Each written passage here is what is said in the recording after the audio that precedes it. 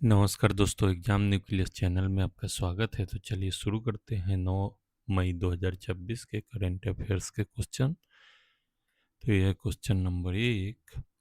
भारतीय reserve bank की मौद्रिक नीति समिति एमपीसी ने 8 मई 2026 को रेपो रेट घटाकर कितना कर दिया है?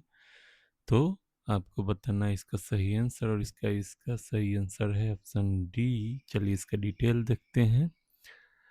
तो आरबीआई की एमपीसी ने 8 मई 26 को रेपो रेट में 25 बेसिक पॉइंट की कटौती कर इसे 5% कर दिया है। यह 2026 में लगातार दूसरी कटौती थी। इस निर्णय का उद्देश्य आर्थिक वृद्धि को समर्थन देना तथा कम होती महंगाई के बीच ऋण को सस्ता बनाना है। और परीक्षा हेतु महत्वपूर्ण तथ्य यह है कि रेपो रेट क्या होता है। तो वह दर जिस पर आरबीआई बैंकों को अल्पकालीन ऋण देता है। एमपीसी का गठन आरबीआई एक्ट 1934 की धारा 45 जेड बी के तहत किया गया था, और एमपीसी में कुल 6 सदस्य होते हैं। एक बेसिक पॉइंट मतलब 0.01% होता है। चलिए दूसरे क्वेश्चन को देखते हैं। तो हाल ही में किस राज्य ने आर्टिफिशियल इंटेलिजेंस पॉलिसी 2026 को मंजूरी दी है?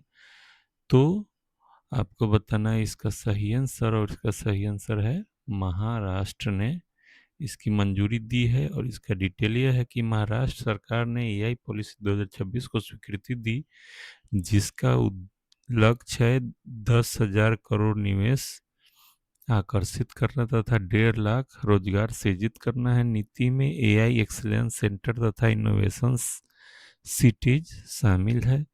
और परीक्षा का तथ्य यह है कि नीति का लक्ष्य वर्ष 2031 तक एआई इकोसिस्टम विकसित करना है। 2 लाख युवाओं को एआई ट्रेनिंग देने का लक्ष्य रखा गया है। चलिए तीसरे क्वेश्चन को देखते हैं। तो नम्मा 112 हाल ही में चर्चा में था, यह क्या है? तो आपको बताना है इसका सही आंसर, और इसका सही आंसर ऑप्शन बी, एआई आधारित आपातकालीन हेल्पलाइन। इसका डिटेल यह है कि बेंगलुरु पुलिस ने नम्मा 112 नामक AI power multilingual emergency helpline शुरू की है। यह 10 से अधिक भाषाओं में डिस्ट्रेस कॉल संभाल सकता है। और परीक्षा का तथ्य यह है कि यह भारत की पहली एआई आधारित बहुभाषी इमरजेंसी रिस्पांस सिस्टम मानी जा रही है। इसका उद्देश्य तेज एवं समावेशी पुलिस सहायता प्रदान करना है। चौथे क्वेश्चन को देखते हैं। भारत और इटली के बीच 2026-27 बाइलेटरल मिलिट्री कोऑपरेशन प्लान का आदान प्रदान किया गया। किन क्षेत्रों से संबंधित है? तो ये रक्षा और सैन्य सहयोग से संबंधित है। तो भारत और इटली ने 2026-27 मिलिट्री कोऑपरेशन प्लान का आदान प्रदान किया है, जिसका उद्देश्य संयुक्त सैन्य अभ्यास, रक्षा तकनीक और रणनीतिक सहयोग बढ़ाना है। इटली नाटो का सदस्य देश है। भारत हाल ही के वर्षों में यूरोपीय देशों के साथ रक्षा सहयोग बढ़ा रहा है, जैसे ईयू के साथ इसका ट्रेड डील आदि इसमें मुख्य बातें शामिल है। चलिए अगले क्वेश्चन को देखते हैं। यह है क्वेश्चन नंबर 5। मिनरल रिसाइकलिंग से संबंधित हालिया समाचार में भारत सरकार के किस मंत्रालय का उल्लेख किया गया है? तो ये खान मंत्रालय का उल्लेख किया गया है। तो इसका डिटेल यह है कि भारत सरकार के खान मंत्रालय ने क्रिटिकल मिनरल रिसाइकलिंग के लिए 58 कंपनियों को मंजूरी दी है। इसका उद्देश्य लिथियम, कोबाल्ट और रेयर अर्थ एलिमेंट की पुनर्प्राप्ति करना, मतलब रिसाइकलिंग करना। इसका तथ्य ये है कि क्रिटिकल मिनरल्स ईवी बैटरी और सेमीकंडक्टर उद्योग के लिए सबसे महत्वपूर्ण है। रिसाइकलिंग सर्कुलर इकोसिस्टम का एक महत्वपूर्ण भाग है। चलिए छठे क्वेश्चन को देखते हैं। फॉरेक्स रिजर्व हाल ही में समाचारों में थे। आरबीआई के अनुसार भारत के विदेशी मुद्रा भंडार में क्या परिवर्तन हुआ है? तो लगभग 7.8 अरब डॉलर की कमी आई है। तो ये माइनस में चला गया है। तो इसका डिटेल यह है कि आरबीआई के अनुसार भारत का फॉरेन एक्सचेंज रिजर्व लगभग 7.7 अरब डॉलर से घटकर 690 अरब डॉलर हो गया है। मुख्य कारण है फॉरेन करेंसी एसेट में कमी रहा है। फॉरेक्स रिजर्व में विदेशी मुद्रा परिसंपत्तियां, सोना, एसडीआर और आईएमएफ रिजर्व पोजीशन शामिल होते हैं। भारत विश्व के शीर्ष फॉरेक्स रिजर्व धारक देशों में शामिल है। चलिए 7वें क्वेश्चन को देखते हैं।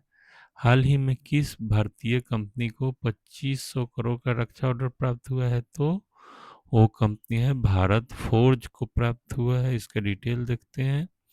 तो भारत फोर्ज को लगभग 2500 करोड़ का रक्षा ऑर्डर प्राप्त हुआ। यह भारत की आत्मनिर्भर भारत रक्षा विनिर्माण नीति के लिए महत्वपूर्ण माना जा रहा है। परीक्षा का तथ्य यह है कि भारत रक्षा निर्यात बनाने पर जोर दे रहा है। स्वदेशी रक्षा उत्पादन भारत की रणनीतिक प्राथमिकता है। चलिए 8वां question. WHO South Asia regional office SCARO कहाँ स्थित है? तो ये है अपने देश भारत की राजधानी नई दिल्ली में। तो इसका डिटेल यह है कि WHO का south east Asia regional office नई दिल्ली में स्थित है। हाल ही में WHO south east Asia summit में भारत में आयोजित हुआ था। तो WHO का मुख्यालय कहाँ है? तो जिनेवा स्विट्जरलैंड में है। WHO की स्थापना कब हुई थी? तो 1948 में स्थापना की गई थी। ये है क्वेश्चन नंबर 9। हाल ही में भारत रक्षा सरकार ने किस क्षेत्र में वन हेल्थ फंड की घोषणा की है? तो ये स्वास्थ्य सुरक्षा के क्षेत्र में वन हेल्थ फंड की घोषणा की गई है। ये इसका डिटेल है कि भारत ने WHO SCARO बैठक के दौरान लगभग 4000 करोड़ के वन हेल्थ फंड की घोषणा की। इसका उद्देश्य मानव, पशु एवं पर्यावरण स्वास्थ्य के संबंधित प्रबंधन को मजबूत करना है।